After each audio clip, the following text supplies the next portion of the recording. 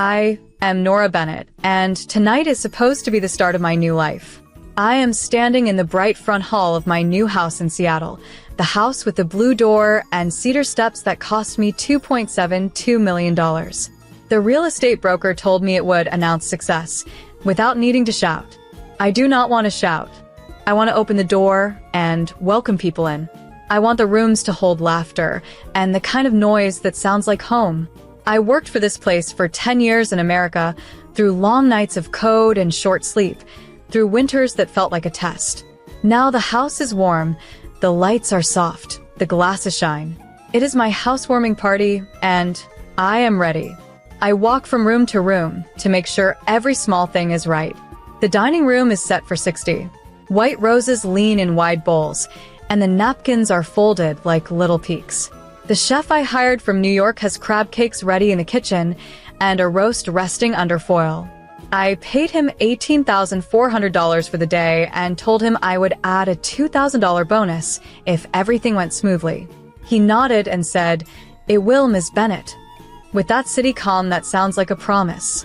A jazz trio from Portland is tuning their instruments in the great room. The saxophone makes a warm line in the air each time he tests a note. I chose Napa Red and Oregon Pinot and a few bottles of champagne from California, not because I am flashy, but because I want to share good things. I keep looking at the cake on its stand. It is 3 tiers, tall as my forearm, with sugar flowers and a silver key on top. The key makes me smile. It looks like a joke and a vow at the same time. The first hour moves slowly, like the last minutes of a workday when the clock refuses to jump. I check my phone and the door and the driveway and then my phone again. At 7:12 p.m., my phone buzzes. It is a text from my sister, Claire. "Don't wait up, everyone's at my promotion party instead." I read it twice, because the words seemed crooked. I knew she was up for a new role at her firm in New York. I did not know there would be a party for it tonight. I look at the chairs set for 60. I look at the roses. I hear the trio slide into something smooth. Not a show yet, just a sound check. I type, "Congrats," and add a heart because I am not a jealous sister. I am a woman who believes there is space for more than one good thing at a time. I believe that, or I have tried to believe it, even when belief cost me money and quiet. 7 minutes later, at 7:19 p.m., Dad messages the family thread. His name is Robert, but in my head, he is always Dad with a capital D, the person who used to scoop me up after school when the clouds over the lake looked like steel. His text says, "Dear part for the family." There is no hello. There is no proud of you. My hand goes cold around the phone. I think, which part? The part where I pay? The part where I smile and say it's fine? I want to be kind. I do not want to be a wallet with legs. I put the phone face down on the marble island and take a breath. The island is huge and glossy and makes me feel small, which is not the point of buying a solid stone slab for more dollars than I once made in a month. Guests are late. It happens. Seattle traffic can turn the best plan into a patient test. Julia calls from Los Angeles and says she might miss her flight. She is sorry. She will try the morning. Mark, my old friend from Chicago, texts to say his plane has a mechanical issue and he is stuck at the gate. I do not blame anyone. I am the one who chose a Friday night. I am the one who set out too many chairs because I wanted a big sign of arrival, a picture that could hold the journey that got me here. I walk to the window and watch the bay turn the color of dark tea. A ferry lights up like a slow-moving house. I like ferries. People step on them and step off them and go on with their lives. One day I will go to Europe again and walk by a cold river and not feel tired. For now, I am here, and this is enough, or it should be. The chef asks if we should plate the first round. His crew moves in quiet lines, strong and careful. "Give it 15, I say, as if I have a schedule to protect. The trio starts their first set. The saxophone, the upright bass, and a small, brushed drum make the room feel like it has a heartbeat even when it is just me standing there. I take a glass of red and try to taste what the notes on the card promised. Oak and cherry and a little smoke. I get metal. I laugh at myself. It is not the wine. It is my mouth. It is the way my stomach has started to hold a hard knot. The roses smell too sweet, like candy, like a child's idea of a flower. I move one bowl farther from me and then feel guilty about it, as if I am hurting their feelings.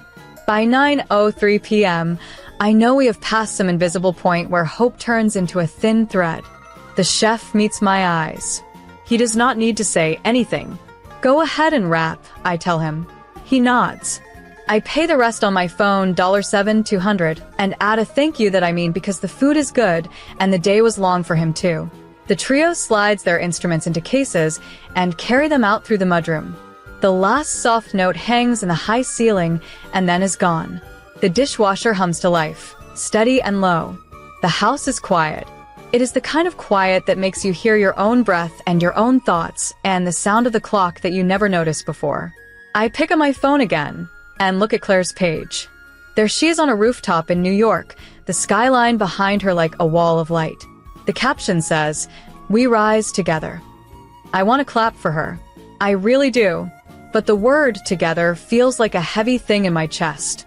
I see our cousin Ben in the background, and Aunt Lila, and even the same jazz trio smiling into a camera with her team. They must have finished here early and taken a late booking there. Good for them. Good for everyone. I do not want to be small. I do not want to live inside a thin story where I am the one who waits and pays and claps. I walk back into the great room and look at the 60 chairs. They look back at me like they are waiting for cues. I go to the cake and light the candles with a long match. The sugar flowers shine under the bulbs. The silver key catches a point of light and throws it at the window like a small star. I sing the first line of Happy Housewarming in a whisper, which is not a real song, but I need a song anyway. I blow out the candles alone. The smoke rises in a soft twist. I close my eyes and make a promise that has no words yet. It is a promise made of air and spine, and the fact that I am here.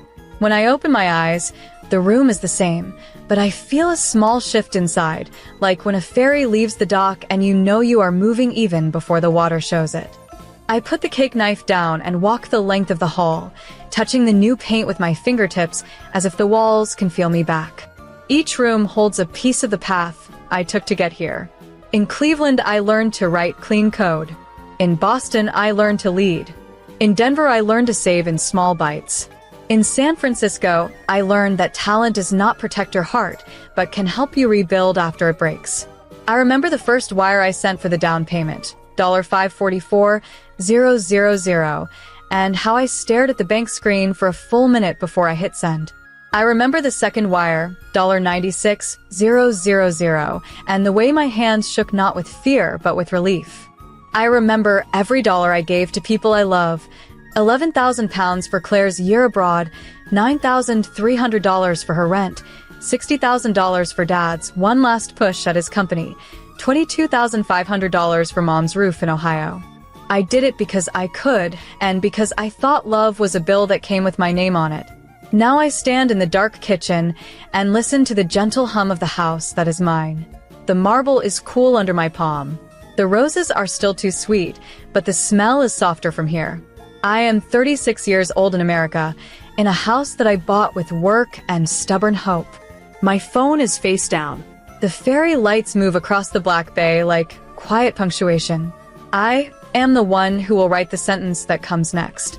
Tonight was not the party I planned, but it is the start of the story I will tell, in my words, in my voice, with my name on the deed and my hand on the light switch, turning the room warm, even if I have to do it alone. I did not sleep much after the candles went out. I walked the edges of my new life, hand on the cool walls of my house in Seattle, listening to the dishwasher hum like a small engine of order. The room still smelled of white roses and butter and heat, a soft echo of a party that never arrived. My phone lay face down on the marble island, but the words on it pulsed in my mind. Claire's don't wait up. Dad's dear part for the family. I heard the phrases as footsteps moving through every room. I set a glass of water by the sink, watched the bay, and tried to sort what hurt from what needed to change. Outside, America kept its promise of neon and fairies.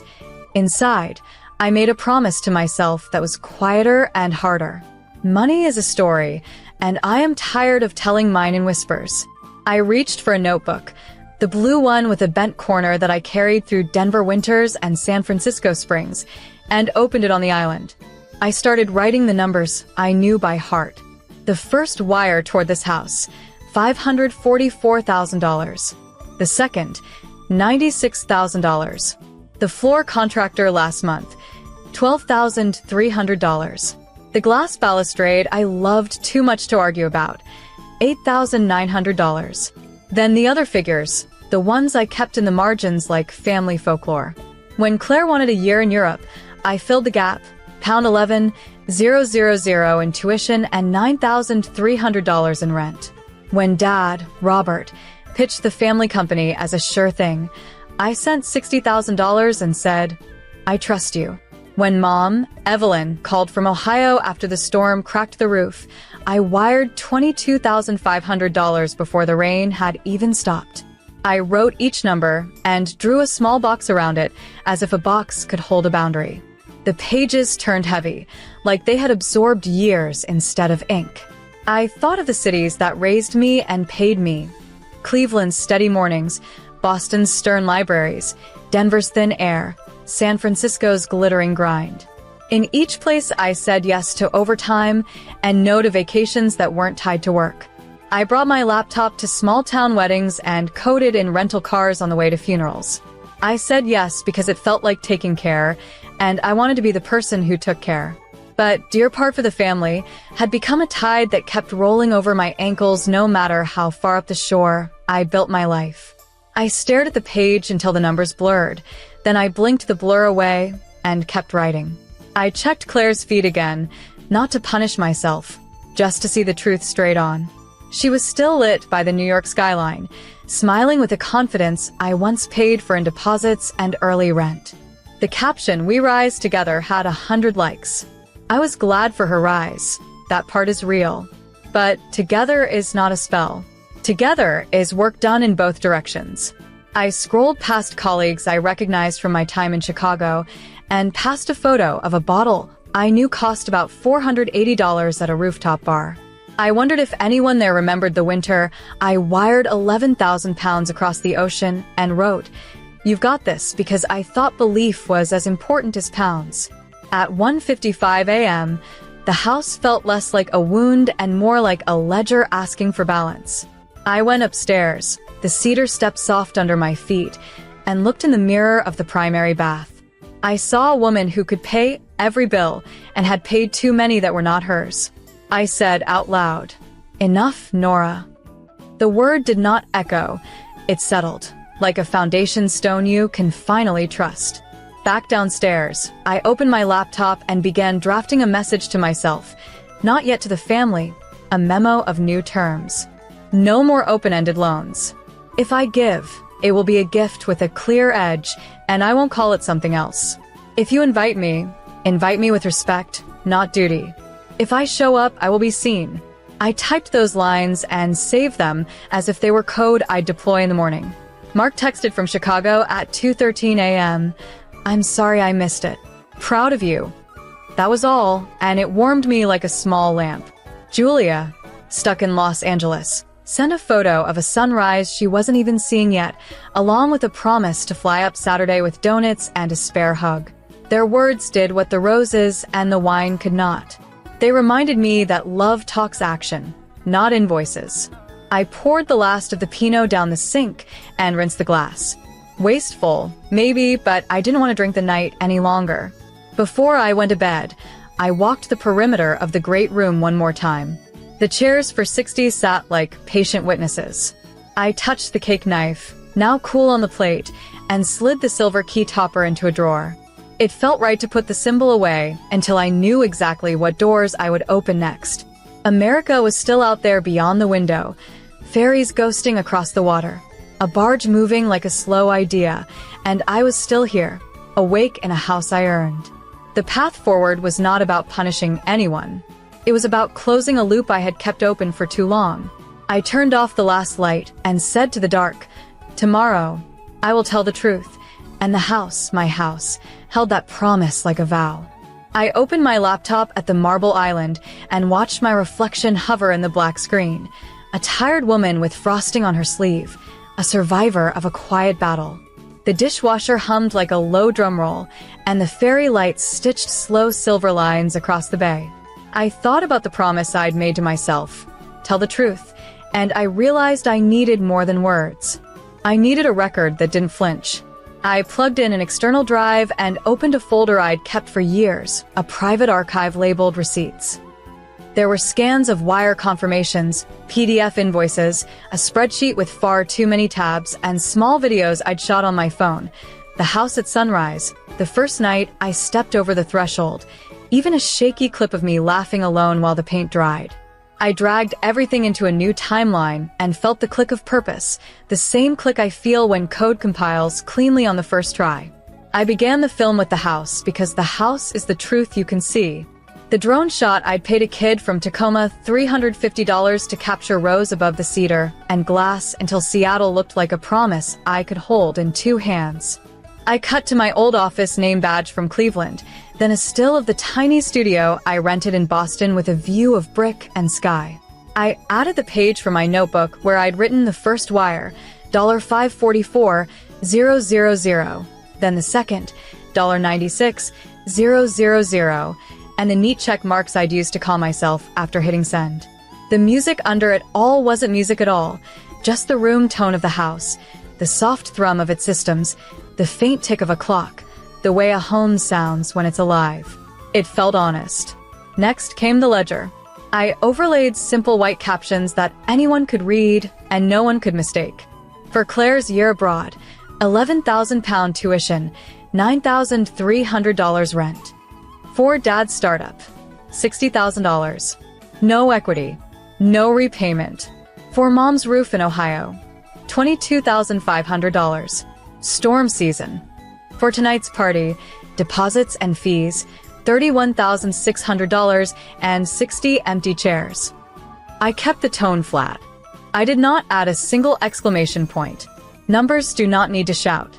I spliced in short clips of my hands doing ordinary, steady things, typing a transfer note, sealing a stamped envelope, adjusting the newel post that had wobbled after the movers left. Then I recorded myself from the neck up at the island, hair pulled back, eyes level. I said, "My name is Nora. I love my family. I also love myself. Love is not a bill. I pay forever." I stopped the take, watched it once, and kept it. No second chances. No polish that would let anyone pretend this was theater. There were moments when my fingers shook, not with fear, but with the release that arrives when you finally put the facts in order. I added a section called What Help Isn't, just 3 lines on a black screen. Help isn't a door that only swings one way. Help isn't a debt with no end. Help isn't silence after a wire clears. I let those sit for 3 seconds each, and then returned to the house.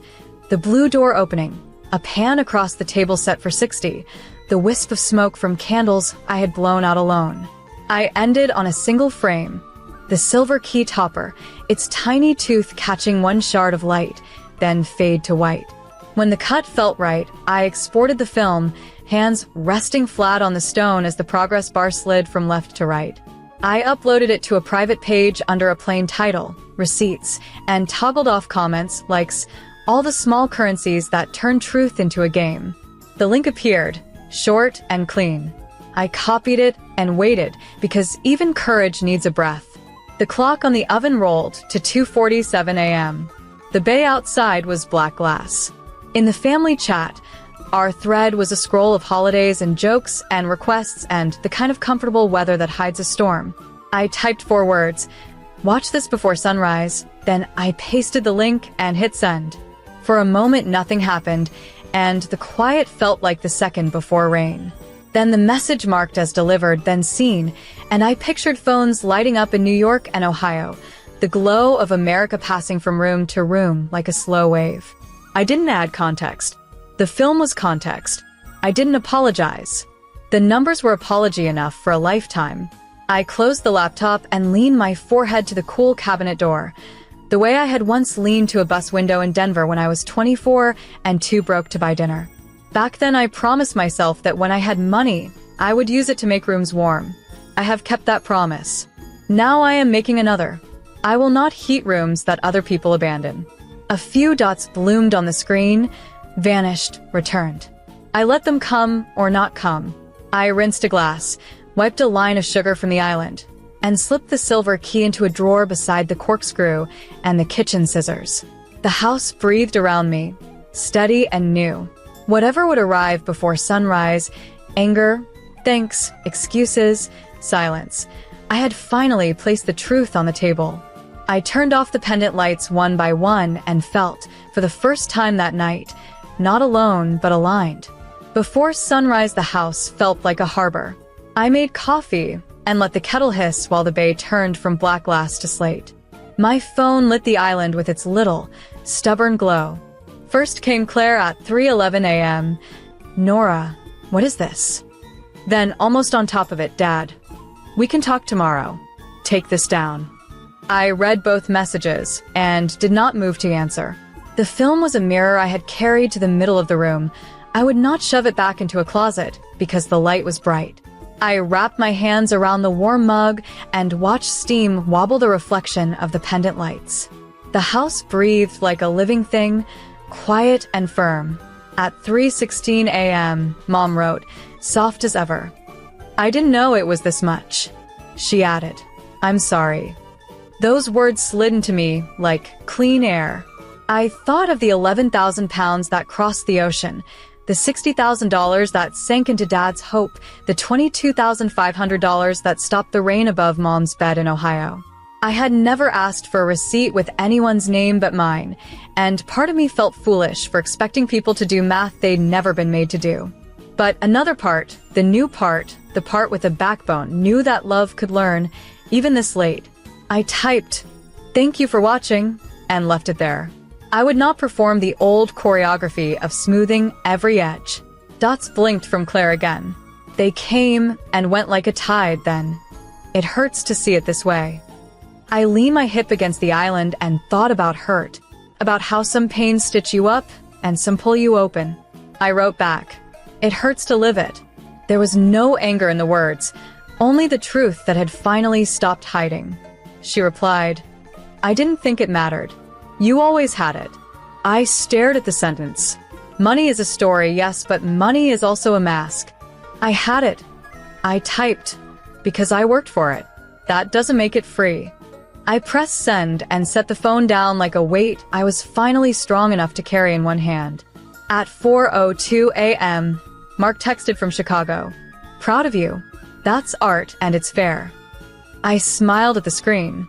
Julia, grounded in Los Angeles until morning, sent a photo of an empty terminal with a caption, I'm bringing donuts and backup. Their messages felt like the smallest, truest currency, attention paid, without interest attached. I opened the family thread and, with the steadiness I used to push a new build to production, wrote my rules in plain lines. No more loans. If I give, it will be a gift with a clear edge. If you invite me with respect. If the band plays at your party, you pay them. If you say, we rise together. Bring a chair for me, too. I read it twice for calm, not for mercy, and hit send. Dad called at 4:27 a.m. The phone buzzed, stopped, buzzed again. I let it ring once more, then answered. His voice arrived like a hall with a long echo. He cleared his throat and said the film was dramatic. I said the numbers were not. He asked what I wanted. I told him I wanted balance, not penance. Boundaries, not a ledger with no end. I'll send something this week, he said, almost grudging, naming a figure that was not a fix, but was at least a step. Start with respect, I said. We were quiet together. Finally, he said, I didn't know you felt alone. I stared at the 60 chairs and said, last night I blew out candles by myself in a room meant for 60. He said nothing after that. We said goodnight like two people stepping off a ferry at different docks. By 6:07 a.m., the sky had softened into a gray that promised blue. I opened the front door and let the cool air roll in. The roses were still too sweet, but the sweetness had thinned, like a lesson learned. Claire called. Her voice was smaller than the rooftop had made it. She apologized without excuses. She said she would wire $5,000 now and a plan for the rest by month's end. I told her to start with showing up. No money. Not yet. I want my sister. I said, not a repayment schedule. She cried then, and I did, too, gently, like rain that knows the gutters are finally clear. We hung up lighter. Sun touched the cedar steps like a quiet blessing. I sliced a square of last night's cake and ate it at the island with my coffee. Sugar, crumb, morning. I took the silver key topper from the drawer and set it on the plate, not as a joke, not as a trophy, but as a reminder that doors open both ways. America was waking outside, ferries nosing across the bay, bands humming on the road, while my house learned my new rules. I sent one last note in the thread. This is my home. I will host love here, not debt. Then I put my phone face down, lifted the shades, and let the day in like a guest who had finally arrived on time.